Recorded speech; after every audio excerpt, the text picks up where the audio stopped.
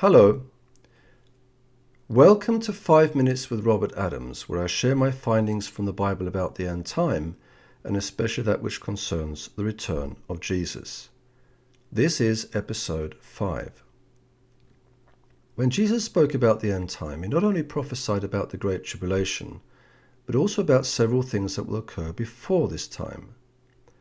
Now, if we compare what Jesus says in his end time discourse in the book of Matthew to prophetic events the Apostle John describes in the book of Revelation, we can see a resemblance. John saw a series of events take place as Jesus opens seals on a scroll in heaven, and it is apparent that Jesus sheds light on the meaning of the scenes John saw. Let's compare the opening of the first 4 seals and what Jesus predicted. When Jesus opened the first seal, John saw a white horse, and he who sat on it had a bow. A crown was given to him, and he went out conquering and to conquer. The first thing Jesus said in his end-time discourse is, "Many will come in my name, saying, 'I am the Christ,' and will mislead many."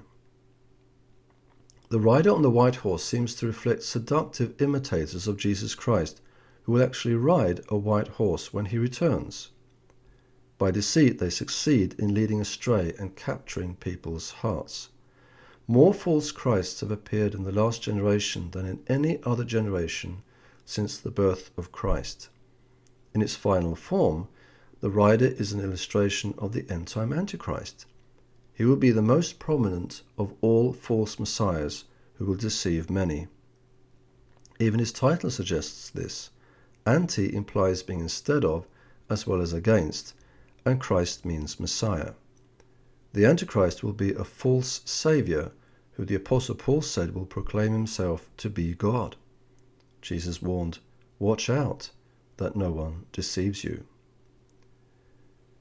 When Jesus opened the second seal, John saw another horse, a fiery red one.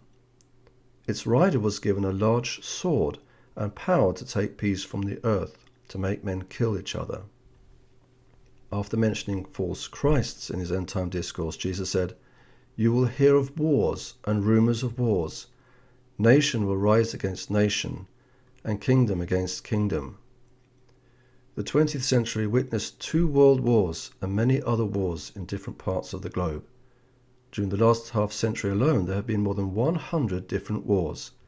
Jesus said, "These things must happen, but the end is still to come." When Jesus opened the third seal, John saw a black horse, and its rider was holding a pair of scales in his hand, indicating scarcity of food. After Jesus mentioned wars in his end-time discourse, he said, "There will be famines." The last century witnessed large famines in Russia, China, Ethiopia, and North Korea. Untold millions died. When Jesus opened the 4th seal, John saw a pale horse. Its rider was named Death, and Hades followed close behind him. After Jesus mentioned famines in his end-time discourse, he said, "There will be pestilences."